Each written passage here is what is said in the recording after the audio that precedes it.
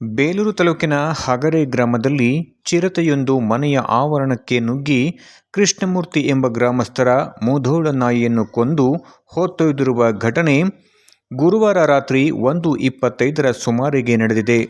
ಸರ್ಕಾರಿ ಪ್ರಾಥಮಿಕ ಆರೋಗ್ಯ ಕೇಂದ್ರದಿಂದ ಕೇವಲ 100 ಅಡಿ ದೂರದಲ್ಲಿರುವ ಕೃಷ್ಣಮೂರ್ತಿ ಅವರ ನಿವಾಸದಲ್ಲಿ ಈ ಘಟನೆ ನಡೆದಿದೆ. ಚಿರತೆಯು ಮನೆಯ ಆವರಣದಲ್ಲಿದ್ದ ನಾಯಿಯನ್ನು ದಾಳಿ ಮಾಡಿ ಕೊಂದು ಅದನ್ನು ಹೊತ್ತೊಯ್ದ ದೃಶ್ಯ ಸಿಸಿ ಕ್ಯಾಮೆರಾದಲ್ಲಿ ಸೆರೆಯಾಗಿದೆ. ಹಗರೆ ಗ್ರಾಮದ ಸುತ್ತಮುತ್ತಲಿನ ಅರಣ್ಯ ಪ್ರದೇಶದಿಂದ ಸುತ್ತುವರೆದಿದ್ದು, ಈ ಘಟನೆಯಿಂದ ಗ್ರಾಮಸ್ಥರಲ್ಲಿ ಆತಂಕ ಮನೆ ಮಾಡಿದೆ. ಗ್ರಾಮಸ್ಥರು ತಕ್ಷಣವೇ ಅರಣ್ಯ ಇಲಾಖೆಗೆ ಮನವಿ ಮಾಡಿದ್ದು, ಚಿರತೆಯನ್ನು ಸೆರೆ ಹಿಡಿಯಲು ಬೋನು ಇಡುವಂತೆ ಒತ್ತಾಯಿಸಿದ್ದಾರೆ.